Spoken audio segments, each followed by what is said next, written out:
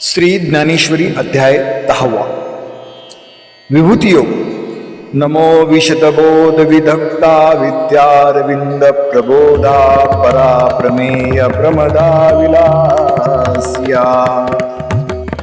नमो विशद बोध विधक्ता, हे निर्मळ स्पष्ट आणि परिपूर्ण आत्मज्ञान देणाऱ्या प्रभू तुला नमस्कार। विद्यारविंद प्रबोधा, ज्या ज्ञानसूर्याच्या प्रकाशाने विद्येचे कमळ उमलते त्या ज्ञानस्वरूपा तुला वंदन। परा प्रमेय प्रमदा, जो इंद्रिय बुद्धी आणि तर्क यांच्या पलीकडील आहे पण ज्याच्या अनुभूतीने आत्मानंद प्राप्त होतो त्या परमात्म्याला नमस्कार। विलासिया, हे सर्व विश्व ज्याचा सहज लीला विलास आहे त्या अनंत परमेश्वराला माझा नमस्कार, माझे प्रणाम। विभूती योगाची सुरुवातच परमज्ञानाच्या वंदनेने होते। ज्ञान, विद्या, विवेक आणि आत्मानुभव यांचे मूळ एकच परमात्मा। सूर्य उगवल्यावर जसे कमळ उमलते तसे गुरुकृपा आणि ईश्वर ज्ञानाने साधकाचे अंतःकरण फुलते।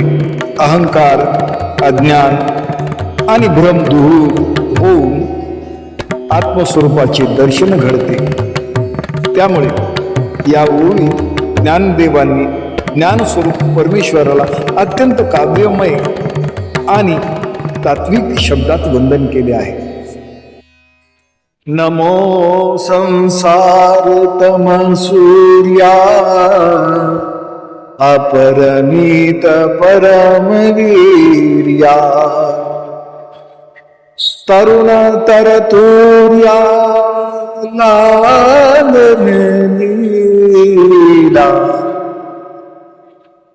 हे प्रभू, संसाररूपी अज्ञानाच्या अंधकाराचा नाश करणाऱ्या ज्ञानसूर्या तुला नमस्कार। तुझे सामर्थ्य अनंत, अपरिमित आणि सर्वश्रेष्ठ आहे। तू सदैव नित्य, नूतन, चैतन्यमय आणि कलातीत आहेस। सृष्टीचे पालन, पोषण आणि रक्षण ही तुझी सहज प्रेम लीला आहे। संसारतम सूर्य, अज्ञानरूपी अंधकार दूर करणारा ज्ञानाचा सूर्य। अपरिमित परमवीर्या, ज्याचे सामर्थ्य अमर्याद, सर्वशक्तिमान आणि अनंत आहे। तरुण तरतुर्या, जो नित्य, नवा, सदैव ताजातवाना आणि त्रिगुणाच्या पलीकडील तुर्ये चैतन्य स्वरूप आहेस। लालने लीला, जो संपूर्ण विश्वाचे प्रेमपूर्वक पालन पोषण करतो त्याच्यासाठी ही सहज लीला आहे। नमो जगदखिल पालना, मंगळ मनी निधाना, सज्जन वनचंदना, आराध्य लिंगा। हे संपूर्ण विश्वाचे पालन पोषण करणाऱ्या प्रभू तुला नमस्कार। तू सर्व मंगलाचे, कल्याणाचे आणि सद्गुणाचे अमूल्य भांडार आहेस। सज्जन रूपी वनाला शीतलता, सुगंध आणि आनंद देणाऱ्या चंदनाप्रमाणे तू भक्तांच्या जीवनाला पावन करतोस। देव, ऋषी, संत आणि सर्व साधक ज्याची आराधना करतात त्या आराध्य परम लिंग स्वरूप परमेश्वराला माझे वंदन। नमो चतुरचित्त चकोर चंद्रा, आत्मानुभव नरेंद्रा, श्रुति सार समुद्रा, मनमथ मनमथा।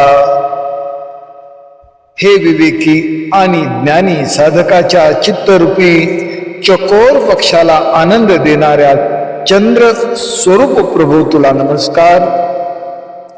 आत्मानुभवाच्या साम्राज्याचा तू सम्राट आहेस।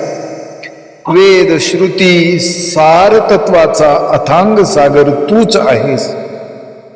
कामदेवालाही मोहित करणारे, सर्व आकर्षणाचे मूळ असणाऱ्या परमसुंदर प्रभो तुला माझे वंदन.